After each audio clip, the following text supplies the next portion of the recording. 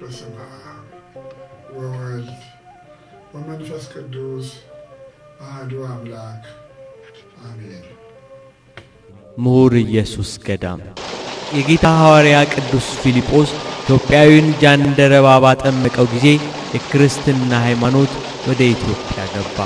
በሀገራችን በኢትዮጵያ በ34 ዓመተ ምህረት በጃንደረባው አማካኝነት ክርስትና ተሰበከ። ከሕገ ኦሪት ወደ ሕገ ወንጌል ተሻገርን። የኢትዮጵያ ቤተ ክርስቲያን ከጃንደረባው በኋላ በአባ ሰላማ ከሳቴ ብርሃን በመጀመሪያው የኢትዮጵያዊ ጳጳስ ክርስትና ይበልጥ ተስፋፍቶ ተሰበከ። የክህነትና የቁርባን ሕግ ተጠናከረ። መጻሕፍት ወደ ግዕዝ ቋንቋ ተተረጎሙ።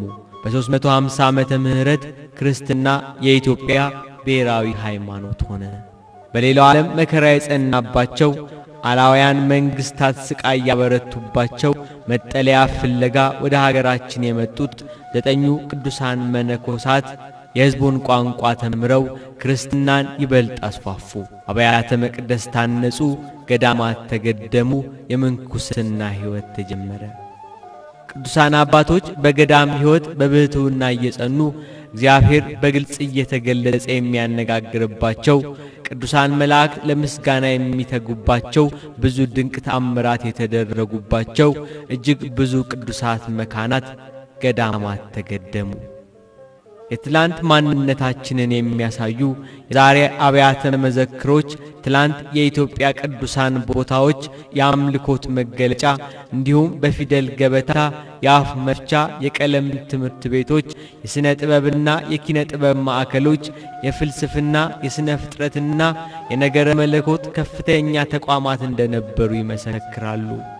ዛሬ ድረስ የትላንት ማንነታቸውን ከሚመሰክሩ ከስም በላይ የሆነ ስም ከተሰጣቸው የቅዱሳን ስፍራዎች መካከል አንዱ የሆነው ገዳም ምሁር ኢየሱስ ገዳም ነው። ምሁር ኢየሱስ ገዳም አዲስ አበባን መነሻ አድርጎ ለተነሳ በጅማ መንገድ 155 ኪሎ ሜትር ተጉዞ ወልቂጤ ይደርሳል። ከወልቂጤ የጅማን መንገድ ትቶ ወደ 7 ቤት በሚወስደው መንገድ 55 ኪሎ ሜትር ከተጓዘ በኋላ በጉራጌ ሀገረ ስብከት በምሁርና አክሊል ወረዳ የሚገኘውን የምሁር ኢየሱስ ገዳምን ያገኛል። ምሁር ኢየሱስ ገዳም ይህ ገዳም እጅግ ዕድሜ ጠገብ የሆነ ገዳም ነው። ከ840 ዓመተ ምህረት በፊት ገዳሙ እንደተተከለ ይነገራል።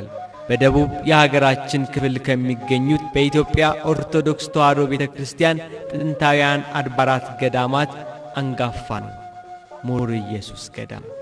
ምሁር የሚለው የገዳሙ ስያሜ ከ7 ቤት ጉራጌ ብሔረሰብ የአንዱ ቤተ ነገድ መጠሪያ ነው። ገዳሙ በዚህ ብሔረሰብ ቤተ ነገድ ስም የሚጠራበት ምክንያት አለው። እንደ ታሪክ አዋቂዎች ገዳሙ ረጅም ዕድሜ ያስቆጠረ እንደመሆኑ ብር ቀርጾ ቀለም በጥብጦ ብራና ዳምጦ ጥንታዊውን የቤተ ክርስቲያንን ትምህርት በፊደል ገበታ በማስተማር ለደቡብ ብቸኛ የትምህርት ማዕከል ሆኖ ቆይቶ ነበር የምሁር ኢየሱስ ገዳም። በዚያ ከሚገኙት አጎራባች አውራጃዎች በርካታዎቹ የቤተ ክርስቲያን አገልጋዮች ከዚህ ከምሁር ኢየሱስ ገዳም በእውቀት ተወልደዋል። ቀደም ሲል ከሩቅ አካባቢ የደብዳቤ መልእክት ሲደርሳቸው መልእክቱን ለመረዳት ደብዳቤውን በእንጨት ላይ ሰክተው ከእዣ፣ ከቸሃ፣ ከእነሞር፣ ከጉመር ከሌሎችም አካባቢዎች ረጅም ርቀትን ተጉዘው የአብነት ትምህርት ቤቱ ማዕከል የምሁርና የሊቃውንት መሰብሰቢያ ወደ ነበረው ገዳም መጥተው ደብዳቤያቸውን አስነብበው መልእክቱን ተረድተው ይሄዱ ነበር። የተማረ ሰው በማግኘታቸው ሀገሩን ምሁር ብለው ጠሩት። በምሁራኑ ሀገሩ ምሁር ተብሎ ተጠራ።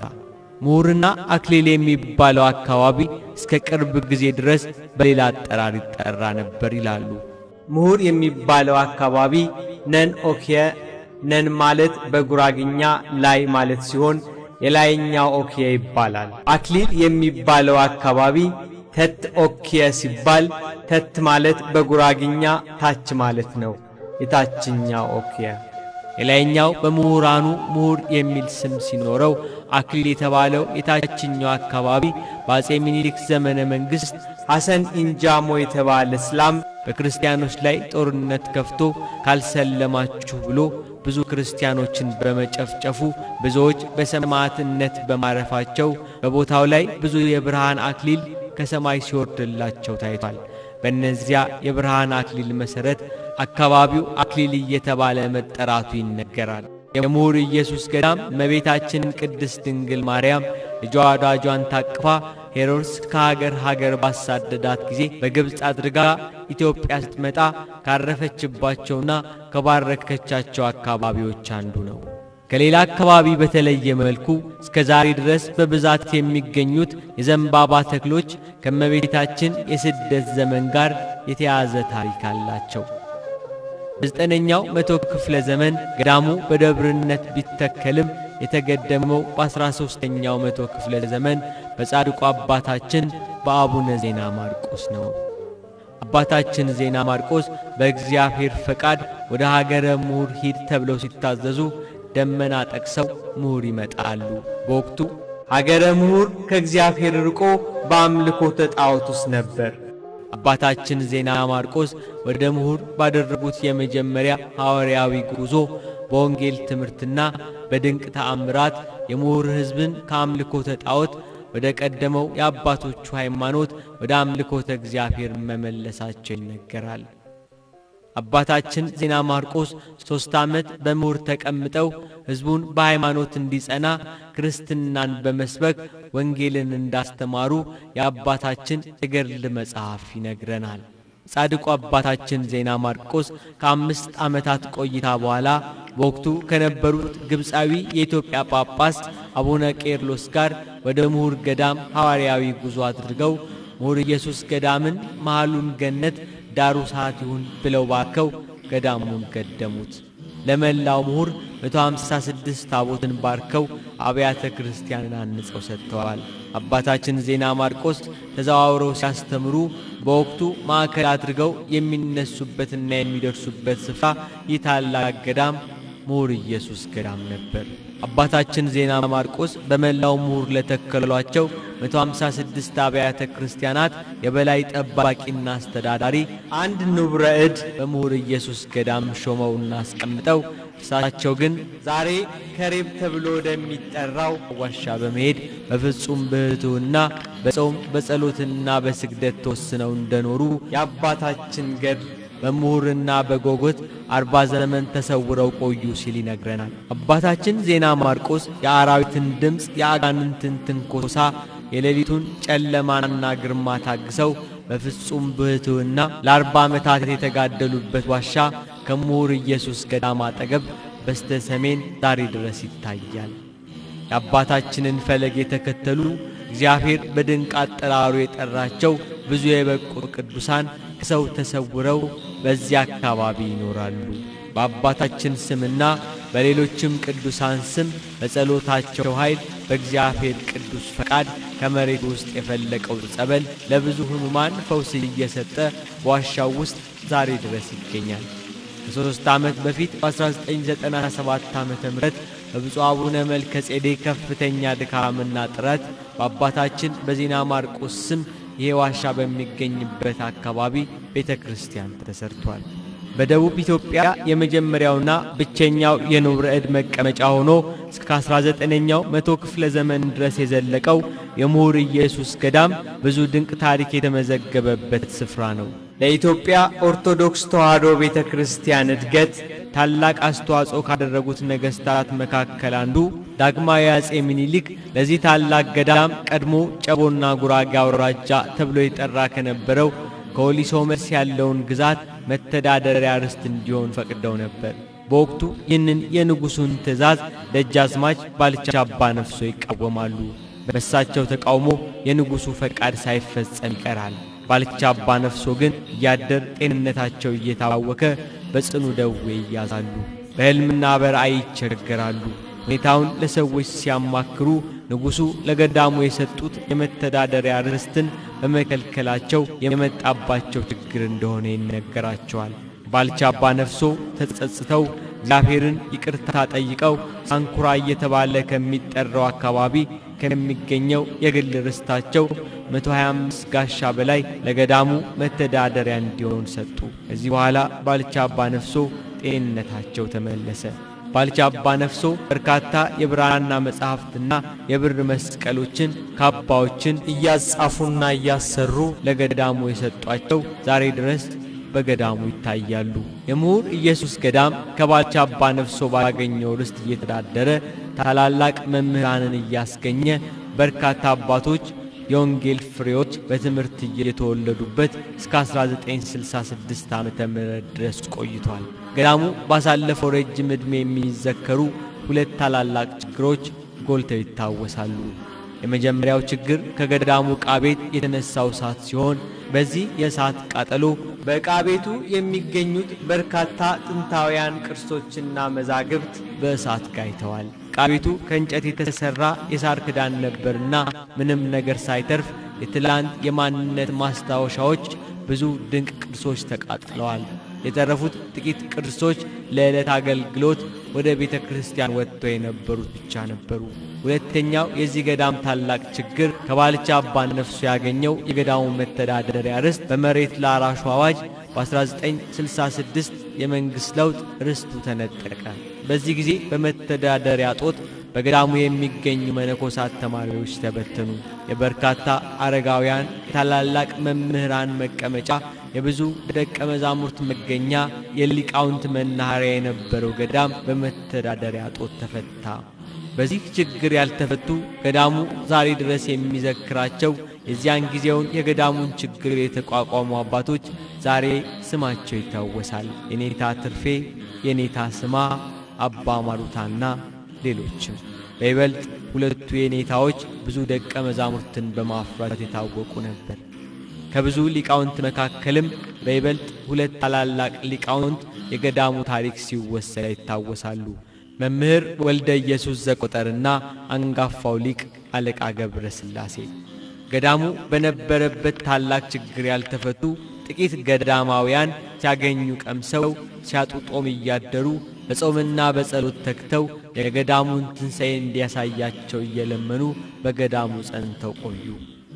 በወቅቱ የአካባቢው ሊቀ ጳጳስ የነበሩ ብፁዕ አቡነ ጎርጎርዮስ የገዳሙን ታላቅነት ተረድተው የካህናት ማሰልጠኛ ለማቋቋም እቅድ እንደነበራቸው የእርሳቸው ደቀ መዝሙር የነበሩት ዛሬ ለገዳሙ ትንሣኤ በመሪነት የሚጠቀሱት ብፁዕነታቸው ምስክርነታቸውን ይሰጣሉ። ብፁዕ አቡነ መልከ ጼዴቅ። ብፁዕ አቡነ ጎርጎርዮስ መላ ኢትዮጵያ 14 ጠቅላይ ግዛት በነበረበት ጊዜ ነው የሸዋ ሀገረ ስብከት ሊቀ ጳጳስ የነበሩት። በአሁኑ ሰዓት ሸዋ ሀገረ ስብከት ወደ 6-7 አህጉረ ስብከት ሆነዋል። በዛን ጊዜ እነዚህ በሙሉ በብፁዕነታቸው ነበረ የሚመሩት። ብፁዕነታቸው ጽሕፈት ቤታቸው እዚሁ አዲስ አበባ 4 ኪሎ ቢሆንም መንበራቸው ያደረጉት ዝዋይ ሐመረ ብርሃን ቅዱስ ገብርኤል ገዳም ካህናት ማሰልጠኛ ውስጥ ነው የነበረው። ብፁዕነታቸውን ያገኘኋቸው በዝዋይ ገዳም ካህናት ማሰልጠኛ ነው።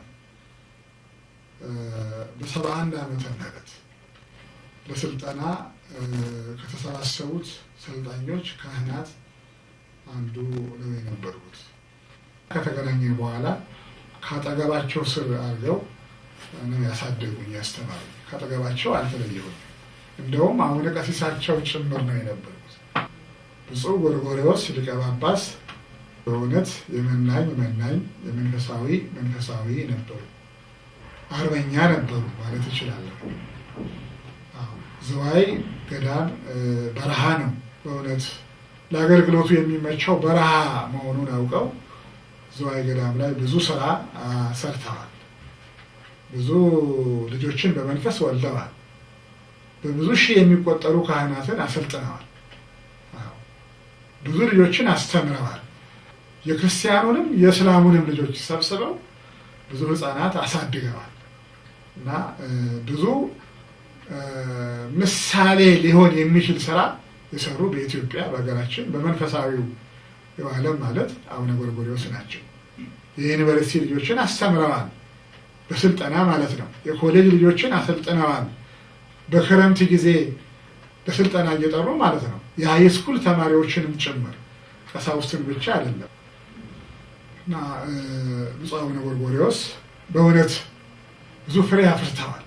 በአሁኑ ሰዓት በሀገር ውስጥም ከሀገር ውጭም ያሉት ተወዳጅ መምህራን፣ ወጣት መምህራን፣ ወጣት ሰባክያን መጥቀስ ይቻላል። ብፁዕነታቸው ያፈሯቸው ናቸው። እኔ ብቻ አይደለሁም። በአሁኑ ሰዓት የብፁዕነታቸው መነኮሳት ብዙ የቅዱስ ሲኖዶስ አባላት አሉ። ቤተ መንግስትም ብንገባ በሚኒስቴርነት ደረጃ ማለት ነው። ሐኪም ቤትም ብንሄድ በዶክተርነት እና ፍሬያቸው ታላቅ ነው የአቡነ ጎርጎርዮስ። እና የካህናት ማሰልጠኛም ደግሞ በዝዋይ ብቻ ሳይሆን በምሁር ገዳመ ኢየሱስም እንደውም የዝዋዩን ገዳም በብቃት የሚመራልኝ በርዕሰ መምህርነት ሙሉ ታማኝ ሆኖ ራሱን ችሎ የሚያገለግል ባገኝ ምሁር ገዳመ ኢየሱስ ሄጄ ማሰልጠኛ መክፈት እፈልጋለሁኝ ብለው ብዙ ጊዜ ያነጋግሩኝ ነበረ። እና መጀመሪያ ራእዩ የብፁዕነታቸው የብፁዕ አቡነ ጎርጎርዮስ ነው። ብፁዕ አቡነ ጎርጎርዮስ ለቤተ ክርስቲያናችን ትልቅ ባለውለታ ናቸው። ትልቅ ብርሃን ያበሩ ናቸው። ትልቅ መቅረዝ ናቸው። እና ደግሞ በጣም ደስ የሚለው ደግሞ ብሔራዊ ነው አስተሳሰባቸው። ጠባብ አይደሉም። ሁሉ የእሳቸው ነው። ከየት መጣ አይሉም ነበር። ክፍለ ሀገርህ የት ነው አይሉም ነበር። እና 8 ዓመት ነው አብረን የኖርነው።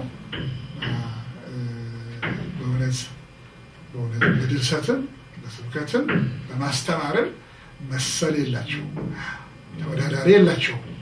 ልጅ ደግሞ ያየውን ነው የሚተገብረው፣ የተማረውን ነው የሚተገብረው።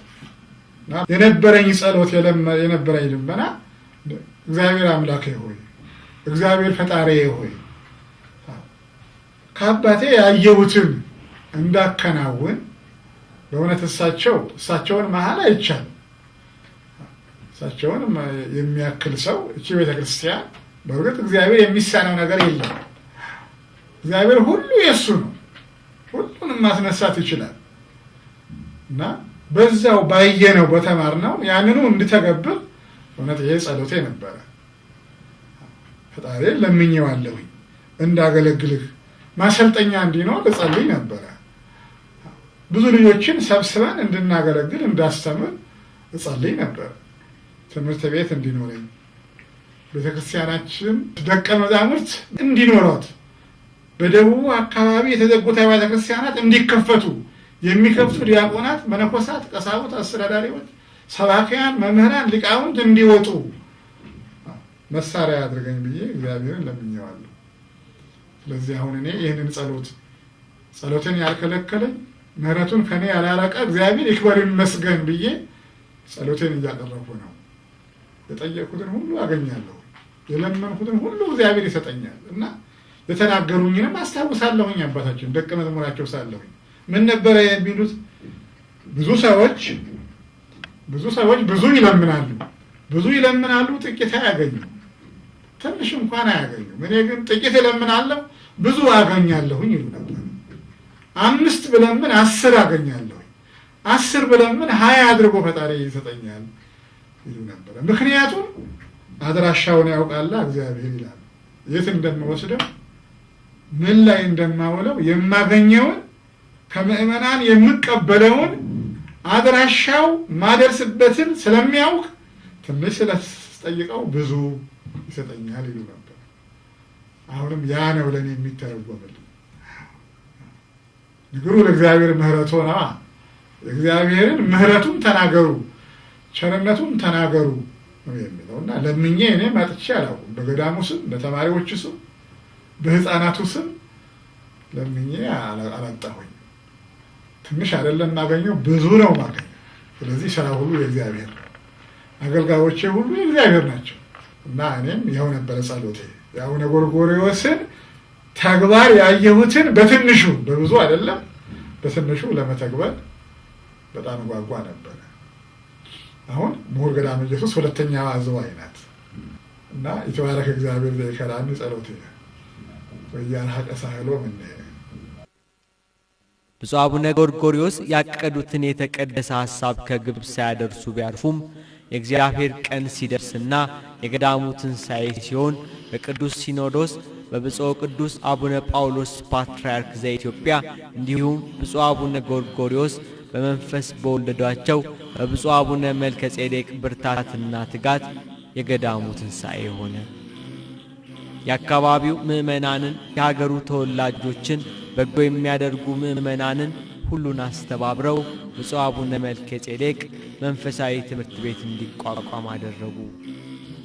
ቤቶቹ ተሰርተው እስኪያልቁ በነበሩት ጥቂት ጎጆ ቤቶች ከ30 እስከ 35 የሚደርሱ ደቀ መዛሙርትን በአዳሪ ተማሪነት ተቀብለው ጥር 15 1989 ዓ.ም የንባብ፣ የቅዳሴ፣ የቅኔ ጉባኤ ቤት ትምህርት አስጀመሩ። ዛሬ ከ10 ዓመት በኋላ ገዳሙ 30 ብቻ ደቀ መዛሙርት ያሉት መንፈሳዊ ትምህርት ቤት አይደለም።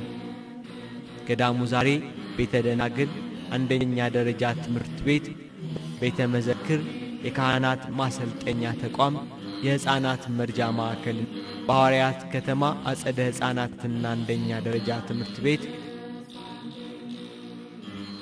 ወልቂጤ ከተማ አጸደ ሕፃናትና አንደኛ ደረጃ ትምህርት ቤት ያሉት በእውቀትና በኃይል የዳበረ ገዳም ነው ምሁር ኢየሱስ ገዳም።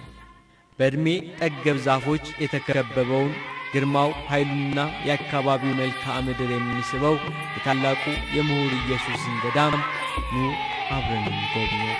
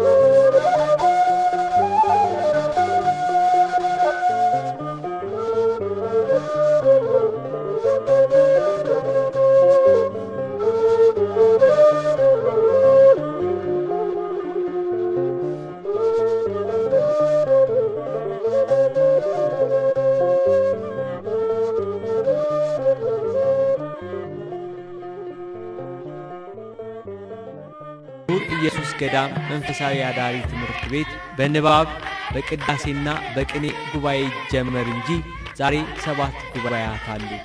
የንባብ ቤት፣ የቅዳሴ ቤት፣ የዜማ ቤት፣ የአቋቋም ቤት፣ የቅኔ ቤት፣ የሐዲስ ትርጓሜ ቤት፣ የበገና ጉባኤ ቤት። በእያንዳንዱ ጉባኤ ቤት የየራሱ አንዳንድ መምህራን አሉት።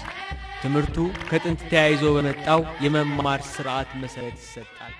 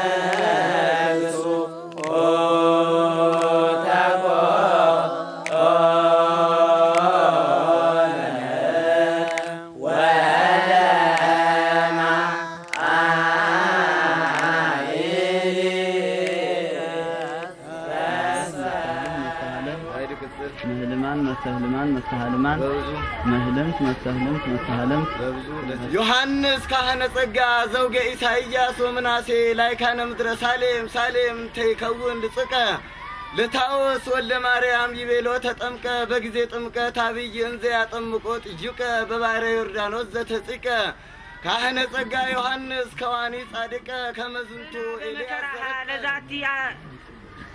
ለዛቲ ዓለም ገብረ መራዊ ዘስጋ አኮኑም መንበረ መከራ ይትረከብ ጸጋ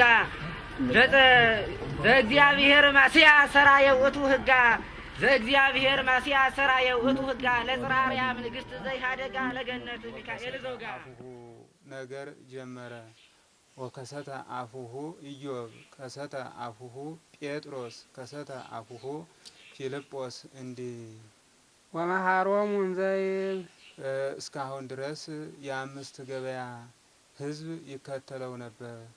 ከእንግዲህ ወዲህ በብፁዓን አዋጅ ይለያቸዋል። ንጉስ መንግስቱ እስኪደላደልለት ድረስ ሌባ ወንበዴ ይከተለዋል። መንግስቱ ከተደላደለለት በኋላ ሌባ ወንበዴ ተለይ እንዲል በብፁዓን አዋጅ ይለያቸዋል። ሰላም ለኪ ማርያም ድንግል ንጽሕት ሰላም ለኪ ማርያም ድንግል ንጽሕት ያችን ርግብ ያችን ወለላ ፍጥረት በበገና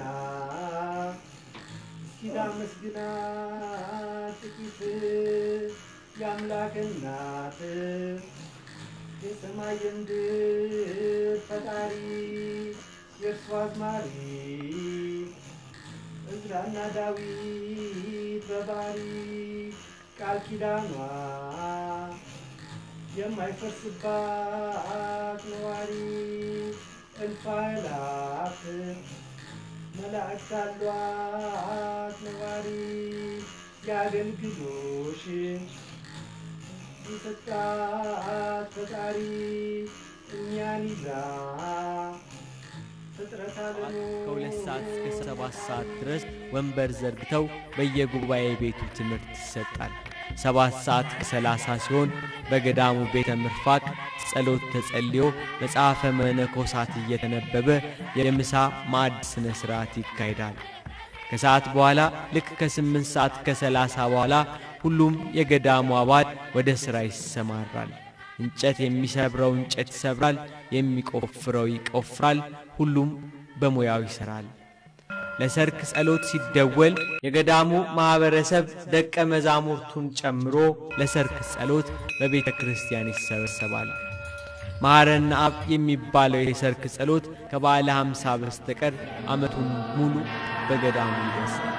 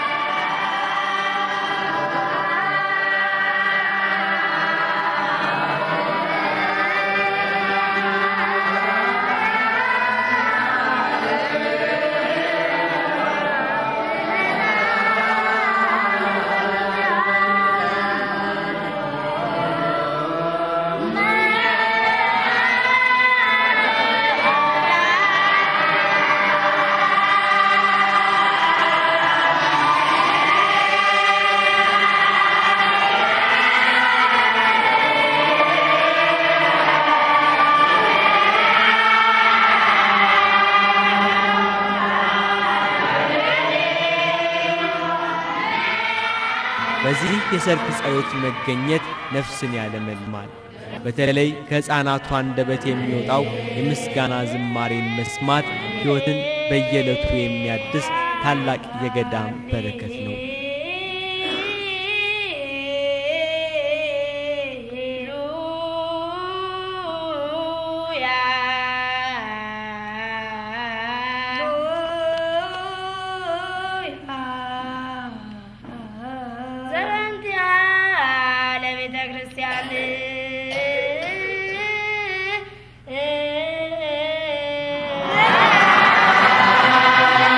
Yeah.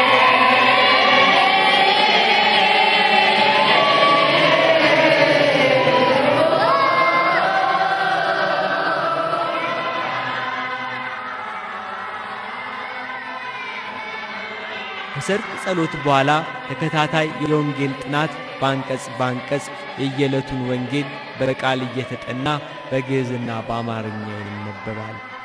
በየዕለቱ የዕለቱ ተረኛ እየተነሳ የተነበበውን ወንጌል መሠረት አድርጎ ይሰብካል።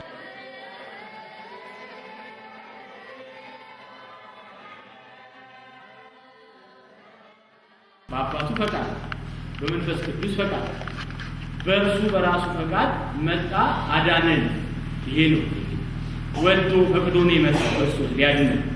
መስቀል እንዳለ አውቋል የመጣው ያለ ፈቃዱ አይደለም። ክርስቶስ ይሞት ሊያድነን። ይሄን ያስገደደው ምንድነው? ፍቅር። መጀመሪያ ከመንበሩ የሳበው ክርስቶስን ከሰማየ ሰማያት ያወረደው ለሞት ያበቃው ፍቅር ነው። አባ ሕርያቆስ ፍቅር ሳቡ ለወልድ ኃያል መንበሩ ዋብጾ እስከ ለሞት እስከ ሞት ያደረሰው ክርስቶስን ምንድነው? ፍቅር ነው። በፍቅር ነው ክርስቶስ የመጣው። ስለወደደን ነው። ስለኛ ፈንታ በእኛ ተገብቶ ክርስቶስ የሞተው በፍቅር ነው። እና ይሄን እያወቀን ነው ሰው ለሚወደው ምንም መከራ ቢኖር ከፊቱ ምንም ነገር ከፊቱ ምንም ሰይፍ ቢሳል ለሚወደው ሰው ሕይወቱን አሳልፎ ይሄ በክርስቶስ ነው የተጀመረ። የክርስቶስ ለየት የሚያደርገው ምንድነው? እኛ ጠላቶቹ ሳለን እርሱ ወደደን። ይሄ ሰው ለሚወደው ሰው ሊሞት ይችላል።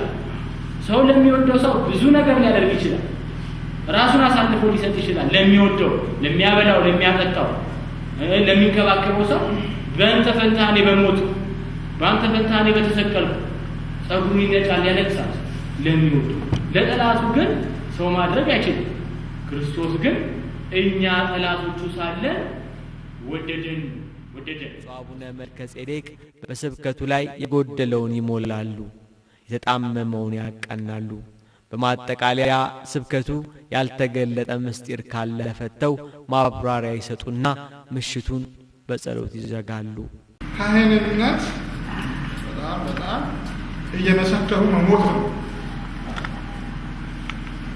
ለማስፈራራት አይደለም። ትክክለኛ ይሄ አሕዛብ አሉ፣ ቤተ አይሁድ አሉ፣ ቤተ ይሁዳ አሉ። ለነዛ ተላልፎ መሸጥ ነው። የሚሸጥ ሞልቷል፣ የሚገዛም ሞልቷል። ስለ ክርስቶስ መሸጥ ነው። እሱ ለ30 ብር እንደተሸጠ ማለት ነው። ባርኮት አለ።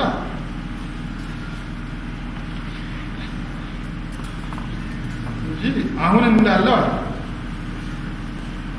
አይደለም። የመጽሐፍ ለባለሙያው ከመይትላቁ ዘነበለዳዩ ከመይትላቁ ሊያገለግል እንጂ እንዲያገለግሉት አልመጣም ባለው መሰረት አገልግሎናል፣ ተንበርክኮ አጥሮናል፣ ፍቅሩን አስተምሮናል። ይህንን ፍቅሩን በመስቀል ላይ የሚገልጥ መሆኑ ሞቱ በመስቀል ላይ መሆኑ ነው። በየጉባኤው ቤታቸው ወንበር ዘርግተው እስከ ምሽቱ 3 ሰዓት እየተማሩ ይቆያሉ። ከራት በኋላ እስከ ምሽቱ 6 ሰዓት በቀንና በምሽት የተማሩትን ሲያጠኑ ያመሻሉ። በምሁር ኢየሱስ ገዳም እንቅልፍ ከ6 እስከ 10 ሰዓት ብቻ ነው። በ10 ሰዓት ከ30 ለሶስተኛ ዙር ትምህርት ሁሉም ይነሳል። ማለዳ ሲሆን 12 ሰዓት ከ30 ድረስ የሌሊቱ ትምህርት ይጠናቀቃል። በዚህ ሥርዓት በየዕለቱ ለነገይቱ ቤተ ክርስቲያን ተተኪ ትውልድ በመንፈስ የጎለበተ በእውቀት የዳበረ የወንጌል አርበኛ ደቀ መዝሙር በምሁር ኢየሱስ ገዳም ይወለዳል። ኑ አሁን ደግሞ ወደ ምሁር ኢየሱስ ገዳም ቤተ ደናግል እንግባ። ጥቂት መነኮሳያት ራሳቸውን የክርስቶስ አድርገው በጾም በጸሎት ተወስነው ዓለምን ጥለው ሊኖሩ ወደ ገዳሙ ገቡ። መነኮሳያቱ በፍጹም ፈቃደኝነት ለደቀ መዛሙርቱና ለመምህራኑ የሚያስፈልጋቸውን ምግብ በየቀኑ በማዘጋጀት በገዳሙ ቤተ ደናግል በማኅበር መኖር ጀመሩ። ብፁዕ አቡነ መልከ ጼዴቅ ለመናንያኑ መነኮሳያት የተሻለ ማረፊያ ምዕመናንና ጥቂት በጎ አድራጊዎችን አስተባብረው አሰሩላቸው። ብፁዕነታቸው ጥቂት መናንያትን ሰበታ ቤተ ደናግል ሄደው ልብስ ስፌት፣ ሽመና፣ ስጋጃ ሥራ እንዲሰለጥኑ በማድረጋቸው ዛሬ ከስልጠናው የተመለሱ መናንያት ባላቸው ትርፍ ሰዓት ከጸሎታቸውና ከቃለ እግዚአብሔር ትምህርት ውጭ ገዳሙን ሙያቸው ያግዛሉ። ከ10ኛ ክፍል በላይ የሆኑ መናንያን በገዳሙ ላለው አንደኛ ደረጃ ትምህርት ቤት መምህርነት ማገልገላቸው የገዳሙን ሌላ ችግር ቀርፏል። መነኮሳያቱ ከዕደ ጥበባቸው ውጭ የዳዊትን የምስጋና መሳሪያ በገናን እየደረደሩ ከቅዱሳን ተርታ ተሰልፈው ሰማያ ሰማያት ይገባሉ። በበገናው ጦም ድምፅ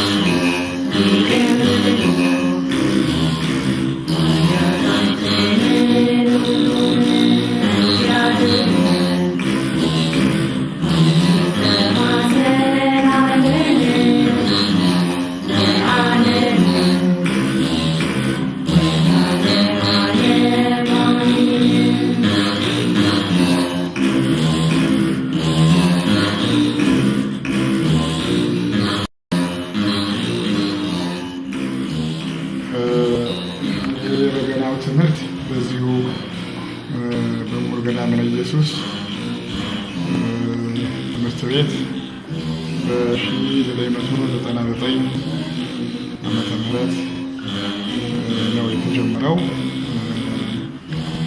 ቀደም ሲል የተገለጸው 7 ጉባኤያት አሉ። ከ7 ጉባኤያት አንዱ የበገና ትምህርት ነው እና በገናውን ሲደረድር ዳዊት ማለትም ነው ሕሙማንን ይፈውስ እንደነበረ፣ ርኩሳን መናፍስት የያዛቸው ያደሩባቸው ሰዎች በዚሁ በበገና ይገሰጹ እንደነበረ እናውቃለን። በበገና ልናመሰግን ደግሞ ደጋግሞ ዳዊት የተጠቀመበት ነውና አስቀምጦልናል፣ ጽፎልናል እና ሳኦል ከያዘው ርኩስ መንፈስ ይገላገል ነፃ የሆነ የነበረው ዳዊት መቶ በገና ሲደረድርለት ሲዘምርለት ነው። አሁን እንደሰማነው ካሉ ሰዓቱ ይደርሳል ሳስብ ሌላ የተሰቀለውን ስጋውን ሳልበላ ምስጢረ ቁርባንን ነው የሚያስተምረው ማለት ነው። አሁን መቼም በዚህ ዓለም እኖራለሁ ነው የሚለው። ሁልጊዜ የሚዘጋጀው ለመኖር ነው። ለመኖር እንዳሰበ እንደሮጠ እንደተጨነቀ ነው የሚኖር። በዚህ መሰረት ለዓለሙ ሳስብ ለመኖር ሳስብ የመኖር እቅድ ብቻ ሳወጣ ድንገት ጥሪ ደረሰብኝ ለምስጢረ ቁርባን ሳልበቃ የሚለውን የሚያዘክረው የመሸበትን ንስሐ ያልገባው ወደ ማዕዱ ወደ ቅዱስ ማዕዱ ያልቀረበችውን ነፍስ ቀራቢ የሚል መንፈሳዊ ጥሪ ነው የሚያስተጋባው እና የሰንበት ትምህርት ቤቱ ሊሰጥ የሚገባ ነው። በሁሉም ገዳማት በሁሉም አህጉረ ስብከት እንዲኖር ልናደርገው ይገባል። ትልቁ ሀብታችን ነው፣ መሳሪያችን ነው። የምሁር ኢየሱስ ገዳም የቀለም ትምህርት ቤቶችን ኑ እንጎብኛቸው። የብፁዕ አባታችን የአቡነ መልከ ጼዴቅ ከፍተኛ ድካምና ልዩ ጥረት የታየበት ተስፋ አበው አጸደ ሕፃናትና አንደኛ ደረጃ ትምህርት ቤት ከመንፈሳዊ ትምህርት ጎን ለጎን የገዳሙ ሕፃናት እንዲሁም የአካባቢው ህብረተሰብ እንዲማሩበት በማሰብ የአባቶቻቸው ልጆች እንዲወለዱ የተመሰረተው ተስፋ አበው አንደኛ ደረጃ ትምህርት ቤት እስከ 6ኛ ክፍል ድረስ ያስተምራል። ብፁዕ አባታችን በየጊዜው የትምህርት አሰጣጡን ሂደት ተማሪዎቹ በሚማሩበት ክፍል እየተገኙ ይከታተላሉ። የተማሪዎቹን የትምህርት አቀባበል፣ የመምህራኑን የማስተማር ችሎታ ይገመግሙታል። ብፁዕ አባታችን ከበጎ አድራጊ ድርጅቶች ጋር በመነጋገር ለገዳሙ የሚያደርጉት እገዛና ድጋፍ እጅግ የላቀ ነው። ከአንድ በጎ አድራጊ ድርጅት ጋር በመነጋገር ባገኙት ድጋፍ ተጨማሪ ክፍሎች ያለው 2 ብሎኮች ተገንብተው ተጠናቀዋል። የነዚህ መማሪያ ክፍሎች መጨመር በሚቀጥሉት ጊዜያት ተጨማሪ ተማሪዎችን ለመቀበል ያለውን የመማር ማስተማር ሂደት ለማገዝ ትልቅ አስተዋጽኦ ይኖረዋል። ዘመናዊው ትምህርት ቤት በገዳሙ መኖሩ በገዳሙ ለሚያድጉ ሕፃናት የቤተ ክርስቲያንን ትምህርት ከዘመናዊው ትምህርት ጎን ለጎን ለመማር ታላቅ ዕድል ፈጥሮላቸዋል። ለደቀ መዛሙርቱ ለመነኮሳቱና ለመነኮሳያቱ ደግሞ ከገዳሙ ሳይወጡ ዘመናዊ ትምህርትን እንዲማሩ ረድቷቸዋል። ለአካባቢው ልጆችና ለህብረተሰቡ ደግሞ ረጅም መንገድ ሳይጓዙ በአካባቢያቸው ትምህርትን በነፃ እንዲያገኙ ረድቷል። የምሁር ኢየሱስ ገዳም ከገዳሙ 3 ኪሎ ሜትር ርቀት ላይ ደግሞ ብርሃን አጸደ ሕፃናት ተገንብቷል። በዚህ ታላቅ ገዳም ተልእኮ መሰረት ነገ እግዚአብሔርን የሚፈራ ትውልድ፣ የቤተ ክርስቲያን ፍቅር ያደረበት ዜጋ፣ የቤተ እግዚአብሔር ጣም በልቡ የተሳለ ሰው ለመፍጠር ገዳሙ ይችላል። ኑ አሁን ደግሞ የምሁር ኢየሱስ ገዳም የካህናት ማሰልጠኛ እንጎብኝ። የካህናት ማሰልጠኛው የተቋቋመው በቅዱስ ሲኖዶስ ውሳኔ ነው በ1998 ዓመተ ምህረት። በካህናት ማሰልጠኛው የሚሰጠው የትምህርት ይዘት ካህናት ወደ አገልግሎት ሳይሰማሩ በፊት ያገኙትን ትምህርት እንዴት ምዕመናንን ሊያገለግሉበት ይችላሉ በሚል መልክ አጫጭር ስልጠናን ለካህናት ይሰጣል። በዚህ የስልጠናም ወቅት ትምህርት ሃይማኖት፣ መጽሐፍ ቅዱስ፣ የቤተ ክርስቲያን ታሪክ፣ የስብከት ዘዴ፣ ትምህርት አበነፍስ፣ የቤተ ክርስቲያን አስተዳደር በሚሉ ርዕሶች ላይ ተጨማሪ ትምህርትና ስልጠና ይሰጣል። የምሁር ኢየሱስ ገዳም የካህናት ማሰልጠኛ ተቋም። የምሁር ኢየሱስ ሕፃናት መርጃ ማዕከል ደግሞ ሌላው የገዳሙ ውጤት ነው። በብፁዕ አቡነ መልከ ጼዴቅ ያላሰለሰ ጥረት ቤተሰቦቻቸውን ያጡ ሕፃናት፣ የሚረዳቸው የሌሉ ባልባሌ ቦታዎች የወደቁ ሕፃናት ወደ ገዳሙ ተሰባስበው በታላቅ ፍቅርና እንክብካቤ እያደጉ ይገኛሉ። በምሁር ኢየሱስ ገዳም የሕፃናት መርጃ ማዕከል ከገዳሙ 55 ኪሎ ሜትር ርቀት ላይ በወልቂጤ ከተማ የሚገኘው አካዳሚ የገዳሙን ታላቅ ስም የመለሱና ዛሬ እየተሰሩ ያሉ ታላላቅ ሥራዎች አባት የሆኑ ብፁዕ አቡነ መልከ ጼዴቅን ይዘክራል። የብፁዕ አቡነ መልከ ጼዴቅ አካዳሚ። ይህ ታላቅ አካዳሚ ለምሁር ኢየሱስ ገዳም ብዙ የደከሙና ለትምህርት ባላቸው ልዩ ትኩረት ለቤተ ክርስቲያኒቱ ባላቸው በጎ ራዕይ አርያ በሆኑ ታላቅ አባት በብፁዕ አቡነ መልከ ጼዴቅ ስም ተሰይሟል። ይህ አካዳሚ የተሰየመው የብፁዕነታቸውን የሥራ ፍሬ በተመለከቱ ከፍተኛ የመንግሥት ባለሥልጣናት መሆኑ አካዳሚውን ልዩ ያደርገዋል። የምሁር ኢየሱስ ገዳም ሥርዓተ ቤተ ክርስቲያንን የተማሩ፣ በሃይማኖት የተገሩ፣ በጥበብ የጸደቁ ብዙ ምሁራን የሚወጡበት ገዳም ነው። ከመንፈሳዊ ጥበብን ባሻገር በዘመናዊ ዕውቀት ለሀገርና ለወገን የሚተርፉ ታላላቅ ሰዎች የሚገኙበት ገዳም ነው። የምሁር ኢየሱስ ገዳም ዘላቂ የሆነ ገቢ ለገዳሙ መተዳደሪያ መፍጠር፣ የአብነት ትምህርት ቤቶችና የካህናት ማሰልጠኛዎችን በኮሌጅ ደረጃ ማሳደግ፣ በገዳሙ ዙሪያ የሚገኙትን የዕለት ገቢ የሌላቸውን ችግረኛ የህብረተሰብ ክፍል በተለይም እናቶችን በማኅበር በማደራጀት ራሳቸውን የሚረዱበትን መንገድ፣ ሌላም ነገ ገዳሙ በእግዚአብሔር ቅዱስ ፍቃድ ሊሠራ ያሰባቸው ራእዩና ዕቅዶቹ ናቸው። የአባቶቻችን ጥንካሬ፣ የሃይማኖታቸው ብርታት ዛሬ በአባቶቻችን ላይ ይታያል። ብፁዕ አቡነ መልከ ጼዴቅ ለዚህ አባባላችን መታያችን ናቸው። ደከመኝ ሰለቸኝ አይሉም።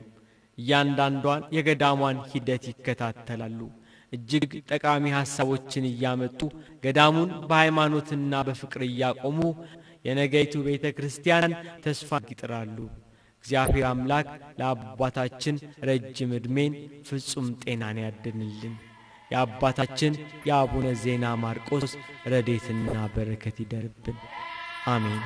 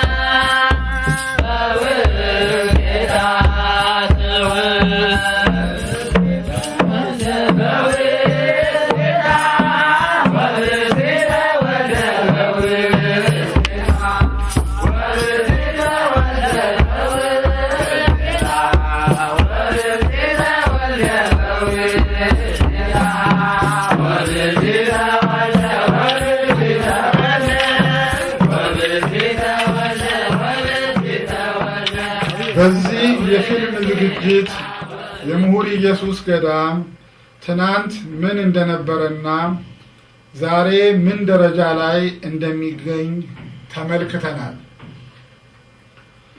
ለነገ ደግሞ ልዑል እግዚአብሔር ከፈቀደልን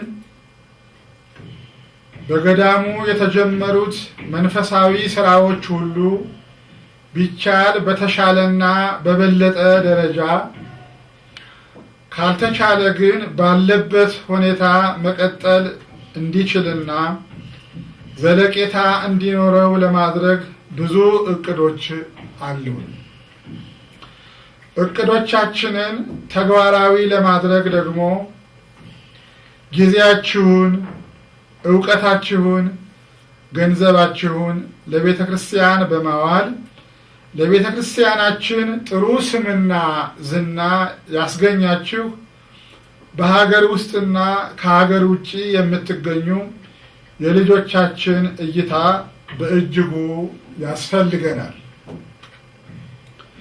ኑና ገዳሙን ተሳለሙ፣ የእግዚአብሔርን ቸርነት ቅመሱ፣ አጣጥሙ። የጻድቁ የቅዱስ አባታችን የአቡነ ዜና ማርቆስን በረከት ተቀበሉ። ሕፃናቱን ጎብኟቸው፣ የሚጎድላቸውንም ጠይቋቸው። ልዑል እግዚአብሔር ሀገራችንን ሰላም ያድርግልን፣ ቤተ ክርስቲያናችንን ከፈተና ይጠብቅልን። በኦርቶዶክስ ተዋሕዶ ሃይማኖታችሁም ሃይማኖታችን ያጽናችሁ። አሜን።